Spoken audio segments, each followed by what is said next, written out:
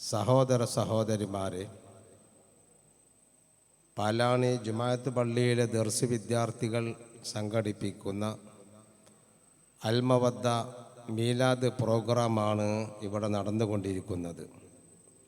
ഇൻഷാ അല്ലാഹ് നമ്മുടെ വിദ്യാർത്ഥികളുടെ വിവിധങ്ങളായ പ്രസംഗങ്ങളും പാട്ടുകളും മറ്റുള്ള പല പല വൈവിധ്യമായ കാര്യങ്ങളും ഇവിടെ നടക്കാനുണ്ട്.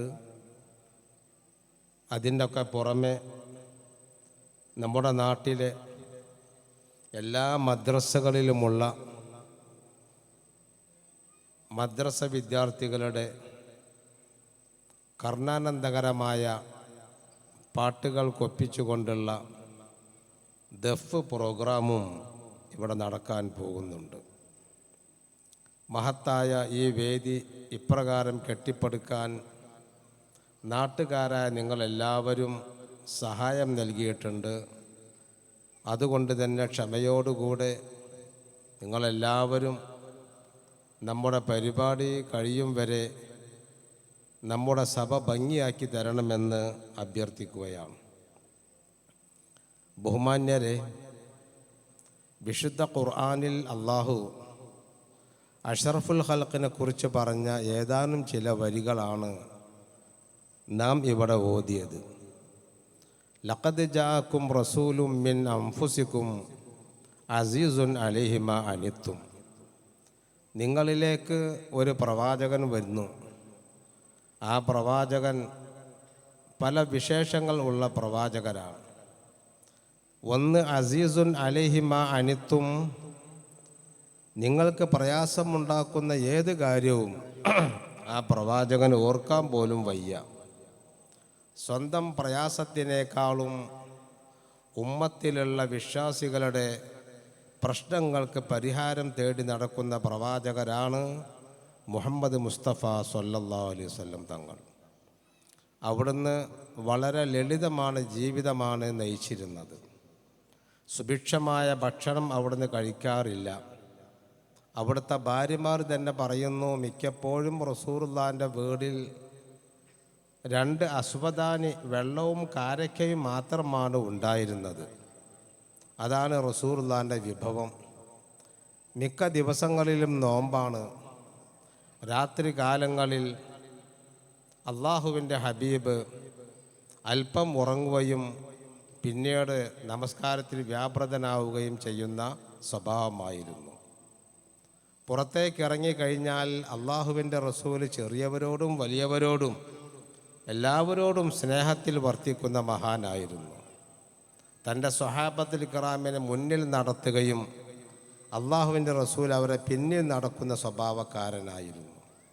എളിമയുടെയും സഹനത്തിൻ്റെയും മകുടോദാഹരണമാണ് മുഹമ്മദ് മുസ്തഫ സ്വല്ലല്ലാഹു അലൈഹി വസല്ലം തങ്ങൾ. ഞാൻ ഓതിവെച്ച ആയത്തിൻ്റെ ഒരു പൊരുൾ ഒരു ചരിത്രത്തുമ്പിലൂടെ നിങ്ങൾക്ക് മനസ്സിലാക്കാൻ സാധിക്കും. അന്ന് മക്കയിൽ അഷ്റഫുൽ ഖൽഖ് ത്വാഹ റസൂലുള്ളാഹി തങ്ങൾ പ്രബോധനം നടത്തിയപ്പോൾ സത്യത്തിൻ്റെ പ്രബോധനമായതിൻ്റെ പേരിൽ തന്നെ ആ കാലഘട്ടത്തിലുള്ള ശത്രുക്കൾ മുഴുവനും പണം വിടർത്തി അള്ളാഹുവിൻ്റെ റസൂലിനെ കൊല്ലാൻ വേണ്ടി അവർ ജാഗരൂകരായി നിൽക്കുകയാണ്. ഒരു വേള അള്ളാഹുവിൻ്റെ ഹബീബിൻ്റെ വീട് വളയാനും എല്ലാവരും കൂടി റസൂലുള്ളാഹിനെ കൊല്ലാനുമുള്ള തീരുമാനം വരെ അവരെടുത്തു. ആ സന്ദർഭത്തിലാണ് അള്ളാഹുവിൻ്റെ അപാരമായിരിക്കുന്ന റഹ്മത്ത് കൊണ്ട് അള്ളാഹുവിൻ്റെ റസൂല് ശത്രുബലം ഭേദിച്ചുകൊണ്ട് മക്കയിൽ നിന്ന് ഹിജറ യാത്ര ആരംഭിച്ചത്.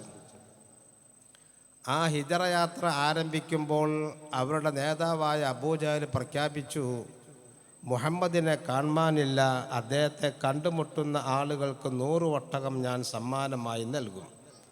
അബൂജഹലിൻ്റെ സമ്മാനം കേട്ടപ്പോൾ പല വീരന്മാരും അള്ളാഹുവിൻ്റെ റസൂലിനെ പിടികൂടാൻ വേണ്ടി പല ദിക്കുകളിലേക്കും ഓടുകയുണ്ടായി. പക്ഷേ അവരെല്ലാവരെയും കണ്ണ് വെട്ടിച്ചുകൊണ്ട് അള്ളാഹുവിൻ്റെ റസൂല് സ്വന്തം മക്കയെ ഉപേക്ഷിച്ചു, വീട് ഉപേക്ഷിച്ചു, സമ്പത്ത് ഉപേക്ഷിച്ചു, കുടുംബത്തെ ഉപേക്ഷിച്ചു കൊണ്ടുള്ള അതിസാഹസികമായ യാത്രയാണ് ഹിജറ എന്ന് പറയുന്നത്. ഈ യാത്രയിൽ 4 ആളുകളാണ് പങ്കെടുത്തത്. ഒന്ന് അഷ്റഫുൽ ഖൽഖ് ത്വാഹ റസൂലുള്ളാഹി സ്വല്ലല്ലാഹു അലൈഹി വസല്ലം, 2 അബൂബക്കർ സിദ്ദീഖ് റളിയല്ലാഹു തആല അൻഹു, 3 വഴികാട്ടിയായ അബ്ദുള്ള റളിയല്ലാഹു തആല അൻഹു, 4 സിദ്ദീഖുൽ അക്ബർ തങ്ങളുടെ ഒരു പരിചാരകനായ ആമിർ റളിയല്ലാഹു തആല അൻഹു. ഈ 4 പേരും കൂടിയാണ് ഗാറ് സൗറിൽ നിന്ന് രക്ഷപ്പെട്ടതിൽ പിറകെ മദീനയിലേക്ക് പ്രയാണം തുടങ്ങിയത്. ശത്രുക്കളുടെ കണ്ണുകൾ 4 ഭാഗം ഉണ്ട് എന്ന് മനസ്സിലാക്കിയ അവർ ചെങ്കടൽ വഴിക്ക് വഴി തിരിച്ചുകൊണ്ടുള്ള സുദീർഘമായ യാത്രയായിരുന്നു. ആ യാത്ര മുന്നോട്ട് ഗമിക്കുമ്പോൾ റസൂലുള്ളാഹി തങ്ങളെ കൂടെയുള്ള എല്ലാ ആളുകളും വിശന്നു വലഞ്ഞു. തീ തുപ്പുന്ന വെയിലിനെ വകവെക്കാതെയുള്ള മരുഭൂമിയിലൂടെയുള്ള അവർ യാത്ര അവർക്ക് കഠിനമായ ദാഹവും വിശപ്പുമാണ് സമ്മാനിച്ചത്. അള്ളാഹുവിൻ്റെ റസൂല് തൻ്റെ കൂടെയുള്ള സിദ്ദീഖുൽ അക്ബർ തങ്ങളെയും അബ്ദുള്ള ആമിർ എന്നവരെയും മാറി മാറി നോക്കുകയുണ്ടായി. അവരൊക്കെ ക്ഷീണിതരാണ്, വിശന്ന് വലഞ്ഞവരാണ്, ദാഹിച്ച് പരവശന്മാരാണ്. ആ സമയത്താണ് അസീസുൻ അലൈഹിമ അനിത്തും, നിങ്ങൾക്ക് പ്രയാസമുണ്ടാകുമ്പോൾ ആ പ്രയാസം സഹിക്കാൻ പറ്റാത്ത പ്രവാചകനെന്ന് അള്ളാഹ് പറഞ്ഞുവെങ്കിൽ ഇവിടെ റസൂലുള്ളാഹി തങ്ങളുടെ ആ പ്രയാസം നബിക്കൊരു പ്രശ്നമല്ല. എൻ്റെ കൂടെയുള്ള ആളുകളുടെ പ്രയാസം കണ്ടപ്പോൾ റസൂലുള്ളാഹി തങ്ങൾക്ക് വല്ലാത്ത മാനസികമായി വിഷമം അനുഭവപ്പെട്ടു. അവർ മുന്നോട്ട് പോയിക്കൊണ്ടിരിക്കുമ്പോൾ ഒരു കുഗ്രാമത്തിലെത്തി. അവിടെ ഉമ്മു മഅബദ് എന്ന് പറയുന്ന ഒരു കച്ചവടക്കാരിയുണ്ട്. അവൾ മാംസം കച്ചവടം ചെയ്യുന്ന പെണ്ണാണ്, ധാരാളം ആടുകൾ വളർത്തുന്ന പെണ്ണാണ്.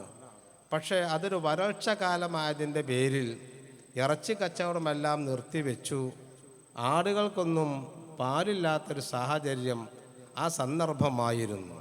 അള്ളാഹുവിൻ്റെ റസൂല് ഉമ്മു മഅബദിൻ്റെ വീട്ടിലേക്ക് എത്തിയപ്പോൾ അവിടുന്ന് ചോദിച്ചു, യാ ഉമ്മ മഅബദ്, ഉമ്മു മഅബദേ, ആ എന്തൊക്കെ ലബൻ, നിൻ്റെ അരികിൽ പാലുണ്ടോ? അവൾ പറഞ്ഞു, പാലില്ല. നിൻ്റെ അരികിൽ മാംസമുണ്ടോ? മാംസവുമില്ല. ഈ വരൾച്ച കാലത്ത് മാംസമൊക്കെ നിർത്തിവെച്ചു, പാലുമെല്ലാം ഇല്ലാതെയായി. എൻ്റെ പുയ്യാപ്പള അബൂ മഅബദ് ഉള്ള ആളുകളെ തെളിച്ചുകൊണ്ട് എങ്ങോ അയാൾ മലയിലേക്ക് ആടുകളെ മേയ്ക്കാൻ പോയതാണ്. എൻ്റെ അരികിൽ പാലുമില്ല, ഒരു മാംസവുമില്ല. ആ സമയത്ത് അള്ളാഹുവിൻ്റെ റസൂലിൻ്റെ ശ്രദ്ധയിൽ ഉമ്മു മഅബദിൻ്റെ വീടിൻ്റെ പരിസരത്ത് ഒരു വയോവൃദ്ധയായ ആടിനെ കാണാൻ സാധിച്ചു. പാല് പറ്റിയ വളരെയധികം വയസ്സുള്ള ഒരു ആടിനെ കാണാൻ സാധിച്ചു. അള്ളാഹുവിൻ്റെ റസൂല് പറഞ്ഞു, ഉമ്മു മഅബദ് നോക്കൂ, ആ ആടിൻ്റെ അകിടിൽ പാലുണ്ടോ?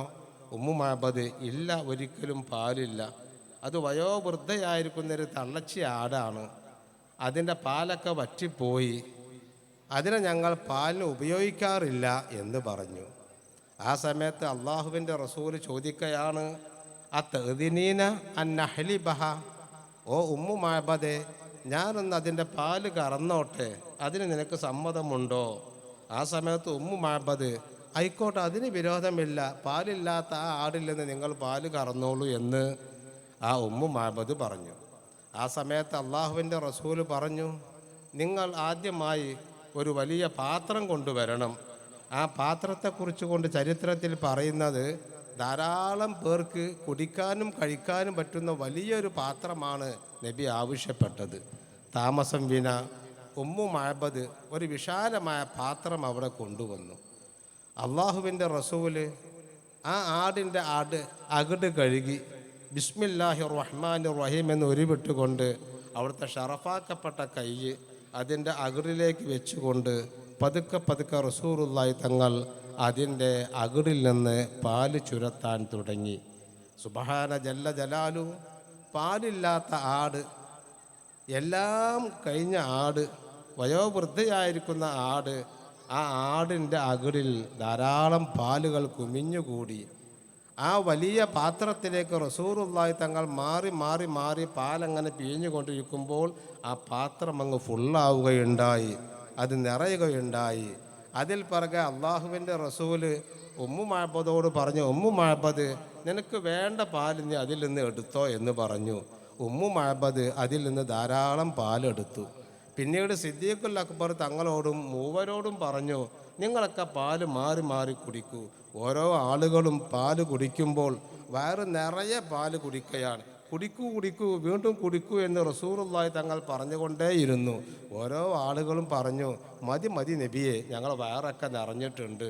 അങ്ങനെ സിദ്ദീഖുൽ അക്ബർ തങ്ങളുടെയും അബ്ദുള്ളയുടെയും ആമിറിൻ്റെയും വയറുകൾ പാല് കൊണ്ട് നിറഞ്ഞിട്ടുണ്ട്. അതിൽ പിറകെ അള്ളാഹുവിൻ്റെ റസൂല് അതിൽ നിന്ന്